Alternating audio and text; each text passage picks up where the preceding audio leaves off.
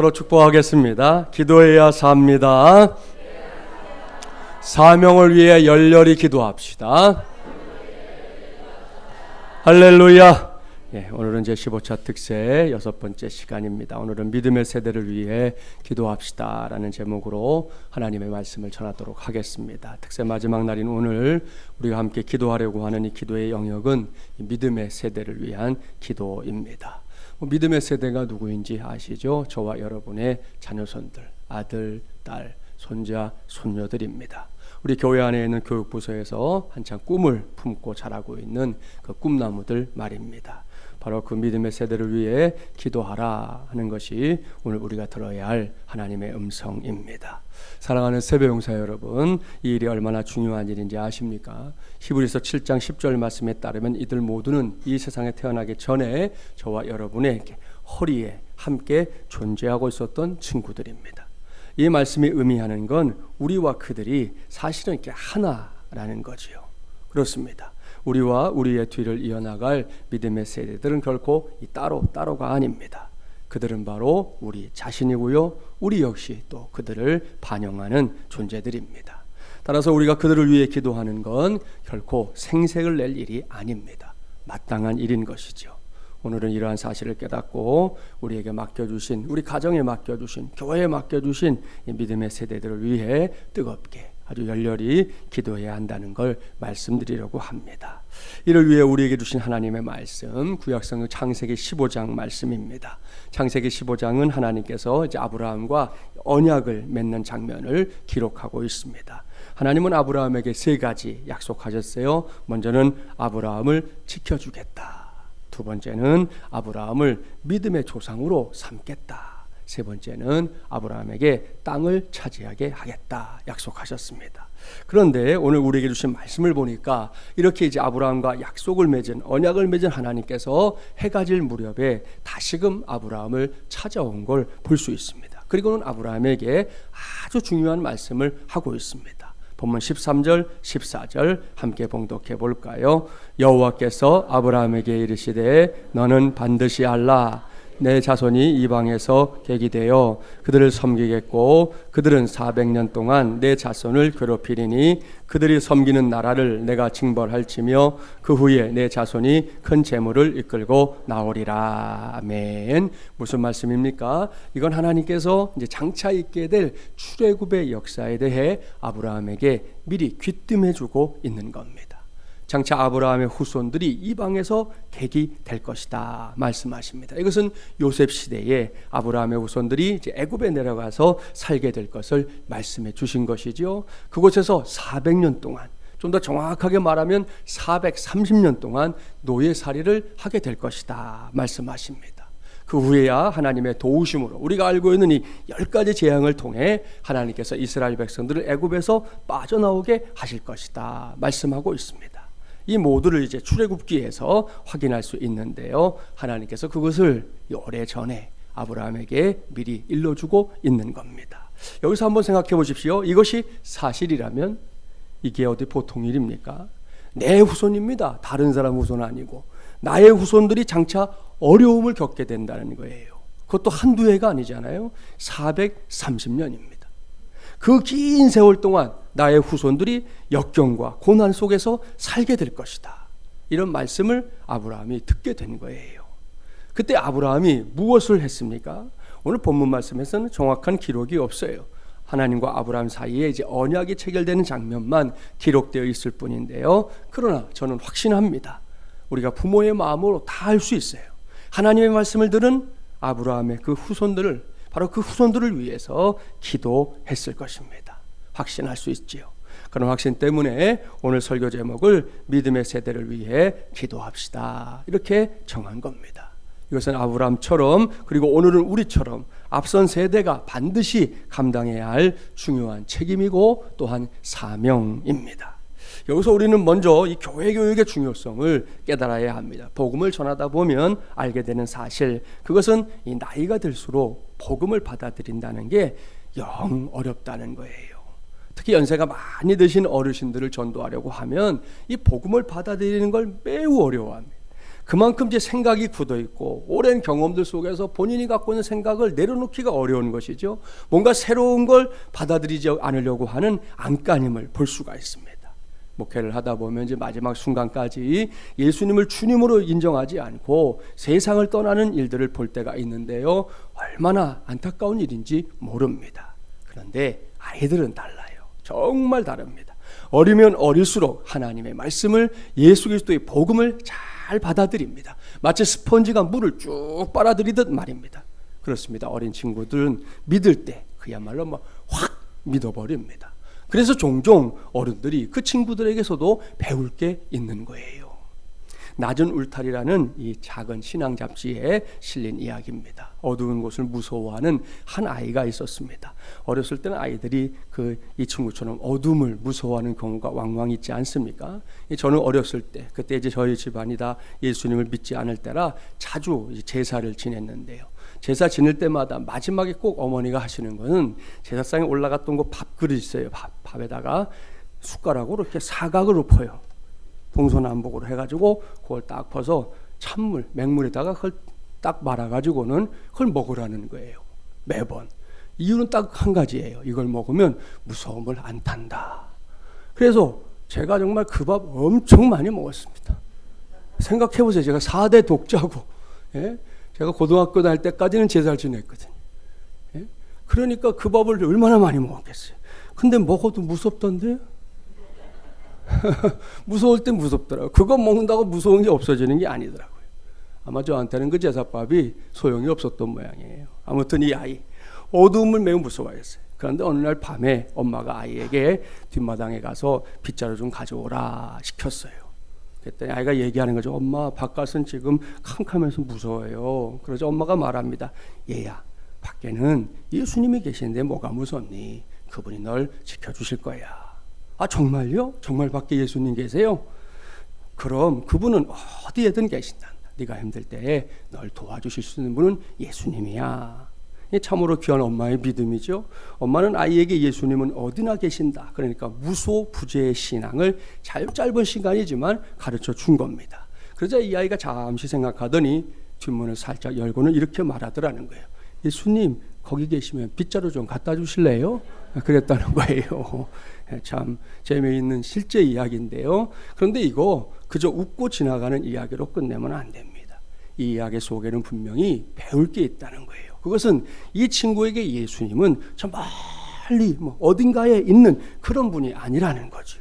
성경이 가르치고 있는 대로 이 친구에게 예수님은 아주 가까운 곳에, 그것도 아주 친숙한 분으로 자리 잡고 있었다는 것을 어린아이의 신앙으로 분명하게 드러내고 있는 것입니다. 사랑하는 여러분, 이게 아이들이에요.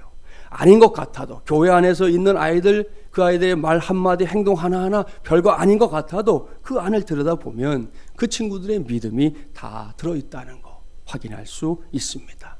그러니 이런 시기에 이 친구들이 하나님의 말씀을 배우고 또 필요한 신앙 훈련을 받는다면 얼마나 좋겠습니까?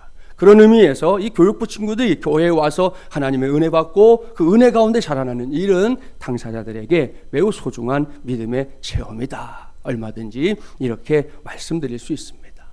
며칠 전에 이번 특세에는 이 교회학교 친구들이 기도 카드를 많이 제출했다 말씀드렸죠. 이 안에 그 친구들의 기도 제목들이 들어있는데 감사하게도 제일 많은 기도 제목이 뭔지 아십니까? 요즘 아이들 밖에서 제일 고민이 뭐냐면 꿈이 없다는 거예요. 애들이 뭘 물어보면 하고 싶은 게 없다는 거예요. 우리 어렸을 때는 물어보면 그래도 할 게 많았거든요. 근데 말들을 안 해. 물어보면 대답들을 안 하는 애들이 그렇게 많다는 거 아닙니까? 근데 우리 교회 친구들이 여기다 쓴 기도 제목 제일 많은 게 뭐냐면 자기가 장차 이루고 싶은 꿈들을 이렇게 적어놨다는 거예요. 물론 한 놈이 막 3개 썼어. 도대체 얘가 뭘 원하는지 모르겠어. 제가 그걸 봐서 하나만 쓴 게 아니에요. 아무튼 간에 나는 장차 이런 사람 되고 싶습니다. 그렇게 써놨어요. 참 얼마나 감사하고 기특했는지 모릅니다. 그런가 하면 나홀로 신앙생활하는 친구가 있는데 이 친구가 1번 기도 제목이 뭐냐? 가족이 교회에 나오게 해주세요. 간절한 마음으로 부모님들을 꼭 교회로 이끌고 싶어하는 그런 기도 제목을 쓰기도 했어요. 제가 이 친구 아는데 이 마음이 진짜입니다. 이 녀석은 지금도 이제 주일날 집에 가면 자기 엄마 아빠에게 같이 교회 가자는 거예요. 또 이 아이가 교회 와서 너무 밝아져서 부모도 좋아해요. 근데 정작 자기들이 지금 걸음을 못 대고 있어서 그러는데, 아무튼 이 아이 1번 기도 제목, 우리 가족이 교회 나오게 해주세요 였어요. 그 외에도 뭐 부모님들을 위한 기도 제목, 또 아주 기가 막힌 거 있어요. 장차 만나게 될 배우자가 좋은 사람이면 좋겠다, 뭐 이것도 있고요. 또 놈은 우리 오빠가 꼬집지 않게 해주세요, 뭐 하여튼 그런 기도 제목도 썼고, 뭐 지구가 멸망할 것 같은 느낌이 요즘 드나 보죠. 한 친구가 아니고 한 서너 놈이 여기다가 지구가 멸망하지 않게 해주세요, 뭐 이런 기도 제목도 썼어요. 뭐 뉴스를 보니까 지가 굉장히 걱정이 됐던 모양이죠. 그런데 여러 기도 제목 중에 제일 눈에 확 띈 건 김남순 선생님이 건강하게 해주세요, 바로 이것이었습니다. 이 친구는 이게 1번 기도 제목이에요. 뭐 아는 성도도 있고 모르는 성도도 있겠지만 김남순 집사님 최근에 아주 큰 뇌종양 수술을 받았습니다. 제가 직접 그 CT 봤는데 머리 사진이 나왔는데 머리가 요만하면 덩어리가 이만했어요. 보이지가 않는 거예요. 그래서 처음에 한일병원 입원했을 때만 해도 수술해도 죽고 안 해도 죽는다 그랬어요. 그런 육체의 상태로 수술 전까지 그래도 어린이교회 교사로 봉사했던 건데요. 그랬던 선생님이 수술 받았다는 걸 알고, 그리고 아직 이제 어린이교회에 돌아오지 못하고 있고 그냥 가끔 이렇게 한 번씩 들여다 보신 건데, 그걸 알고는 어린 마음에 하나님께서 어서 고쳐주시길 기도했으니 얼마나 귀한 일입니까? 이 기도 제목과 관련해서 너무나 감사한 건 2주 전에 집사님의 병원으로부터 아주 좋은 상태다, 그래 진단을 받았다는 사실입니다. 하나님께서 어른들의 기도만이 아니라 이렇게 어린 친구들의 기도에도 응답하신 줄 믿습니다. 할렐루야. 보십시오. 주님의 몸된 교회 안에 있는 꿈나무들이 이렇게 어려서부터 하나님의 은혜를 체험하는 기회를 갖는다는 거 매우 중요한 일입니다. 왜요? 그런 체험들이 아이들의 미래를 놀랍게 바꿔놓을 수 있기 때문입니다. 따라서 우리의 자녀들, 우리의 손주들을 가만히 혹은 그대로 두면 안 됩니다. 한 살이라도 더 어렸을 때부터 주님의 몸된 교회로 보내야지요. 특히 재직들의 자녀들 더더욱 그렇게 하기를 힘써야 합니다. 언젠가부터 한국교회 안에서 공부 때문에 신앙생활이 뒷전이 되는 일들이 이어지고 있는데요. 이거 정말로 조심해야 합니다. 많은 부모들이 신앙생활은 나중에 해도 된다 이렇게 생각하는데요. 이건 착각입니다. 우리의 자녀들이 그 나이에 반드시 해야 할 공부가 있잖아요. 그래서 공부하라고 하는 거잖아요. 그런 것처럼 그 나이에 반드시 해야 할 신앙생활도 있다는 거, 그거 잊어버리시면 안 돼요. 그때 놓치면 그 아이 평생에 그 시기에 경험할 은혜를 놓치는 거예요. 공부만 나이가 있는 게 아니에요. 신앙생활도 나이가 있다는 거예요. 그것을 알아야 됩니다. 그렇다고 해서 또 무조건 닭달부터 하지 마세요. 제가 전에 있던 교회 장로님이 그러시더라고. 자기는 어려서 교회 안 가면 부모님이 밥을 안 줬대. 그런 거 하지 마세요. 예? 왜 아이들한테 신앙생활하는 것에 대해서 부정적인 선입견을 심어줍니까? 그 아이에게 잘 이야기하고 설득하고 신앙의 중요성이 뭔지를 이야기해주고 그렇게 독려해서 마음을 바꿔야지. 밥 안 주고 벌 세우고 그렇게 해갖고 신앙을 가르치면 그게 되겠어요? 그러지는 마세요. 아무튼 아이들과 진지한 소통 힘써야 합니다. 부모지만 동시에 하나님을 믿는다는 게 뭔지 보여줄 수 있는 신앙의 선배 노릇도 해야 합니다. 그런 과정을 통해 하나님의 은혜가 우리의 자녀손들에게 임할 줄 믿습니다. 구약성경 보면 이 문제와 관련해서 경종을 울려주는 한 가정이 있어요. 사무엘상 2장 12절 말씀인데 자막에 나오니까요. 우리 함께 봉독해 볼까요? 엘리의 아들들은 행실이 나빠 여호와를 알지 못하더라. 여기에 불행의 씨앗이 잉태되고 있습니다. 엘리는 당시에 제사장이었어요. 구약시대 제사장이 어떤 존재인지 아시죠? 오늘로 말하면 목회자 가정에 해당됩니다. 엘리는 나름대로 자신의 사명을 잘 감당했어요. 문제는 그 다음 대에 있었습니다. 엘리에게 아들들이 있었는데 그 아들들에 대해 성경이 좀 뭐라고 말합니까? 행실이 나쁘다 이렇게 기록하고 있습니다. 이전에 사용하던 개역 성경에서는 불량자 이렇게 번역하고 있는데요. 여기서 행실이 나빠라고 번역된 히브리어는 베네 벨리야알이라는 말입니다. 이것은 벨리알의 아들들이라는 뜻인데요. 벨리알이 그럼 뭐냐? 구약시대에는 이제 성경이 번역하고 있는 것처럼 행실이 나쁜 악인을 뜻하지만 신약시대로 넘어오면 하나님의 거룩한 사역을 회방하는 사탄이나 그 하수인을 가리켜 벨리알 이렇게 말하고 있습니다. 그러니 이게 무슨 말입니까? 명색이 하나님을 가장 가까이 섬기는 제사장의 아들들인데 그들이 뭐가 됐다고요? 사탄의 아들들이 됐다. 이런 말이에요. 얼마나 무서운 일입니까? 얼마나 겁나는 일입니까? 제가 목사로서 이런 일을 생각할 때마다 꼭 떠오르는 한 사람이 있어요. 그 사람은 심진송이라는 여인입니다. 한때는 우리나라에서 나란무당 이렇게도 불렸어요. 제가 이 대목에서 이 여인을 생각하게 되는 건 이 여인이 교회의 중직자의 가정에서 태어나고 자란 사람이기 때문이에요. 어려서는 찬양대에서 여러분처럼 열심히 봉사한 적이 있다. 카메라 앞에서 아주 당당하게 말하던 그 모습이 지금도 선명하게 기억납니다. 그랬는데 이게 뭐냐는 거예요. 안타깝게도 그녀는 내림굿을 받고 무당이 되어버렸어요. 보십시오. 이건 우리 모두가 정신이 번쩍 들어야 할 일입니다. 이 시간을 빌어 간절하게 당부합니다. 저와 여러분의 가정에서는 결코 이런 일 일어나지 않기를 바랍니다. 여러분의 자녀들은 물론이고 손주들에 이르기까지 그 다음 때에도 하나님께서 끝까지 꽉 붙잡아서 택함받은 사람들로 살아가는 복 꼭 누리게 되기를 주님의 이름으로 축복합니다. 그렇습니다. 언제든 어디서든 소중한 한 영혼 결코 빼앗기는 일 없어야 합니다. 이것이 교회의 사명이요, 목사의 사명이요, 또한 크리스천된 여러분 모두의 사명인 줄 믿습니다. 그렇게 믿는다면, 정말로 그렇게 믿는다면 오늘 제가 전하고 있는 설교 제목처럼 믿음의 세대를 위해서 기도합시다. 간절하게 기도합시다. 열렬히 기도합시다. 그래서 꼭 응답받는 우리 공동체 되기를 간절히 바랍니다. 한 목사님이 미국 교회를 방문했다가 Do you know silent exodus라고 하는 질문을 받았다는 거예요. 직역하면 조용한 탈출을 아느냐 그러잖아요. 근데 여기서 엑소더스라는 말이 탈출도 되지만 성경으로 말하면 출애굽기잖아요. 출애굽기. 목사님이니까 출애굽기와 관련된 뭔가를 말하는 건가 이렇게 속으로 생각하고 있는데 옆에 있던 다른 목사님이 설명을 해주더라는 거예요. 한인 교회에서 자라는 아이들이 고등학교 때까지는 교회 생활을 어느 정도 이렇게 하는데 이놈들이 대학에만 들어가면 어디로 사라졌는지 알 수 없게 조용히 없어지는 거. 그게 사일런 엑소더스라는 거예요. 조용히 사라진다. 조용히 탈출해 버린다는 거예요. 아이들이 교회에서. 참으로 안타까운 일인데요. 이것이 비단 미국에 있는 한인교회에 국한된 일은 아니에요. 제가 언젠가 말씀드린 대로 우리 교단만 해도 전국에 8,000개가 넘어요. 우리 교단 교회가. 근데 그중에 50%에 해당되는 교회들 안에 주일 학교가 없다니까요. 지금. 예전에는 상상도 못할 일이에요. 교회가 생기면 장년들은 별로 없어도 아이들은 있었거든요. 교회 학교, 주일 학교는 꼭 있었어요. 근데 지금은 50% 교회가 장년부는 있는데 교회 학교가 없는 거예요. 아예 교회 학교가 없는 그런 가운데 사일런 엑소더스 이런 거 말해서 뭐 하겠어요. 이런 현실 속에서 어떻게 자녀들에게 건강한 신앙을 전수할 수 있을까? 참으로 많은 고민을 해야 할 대목이에요.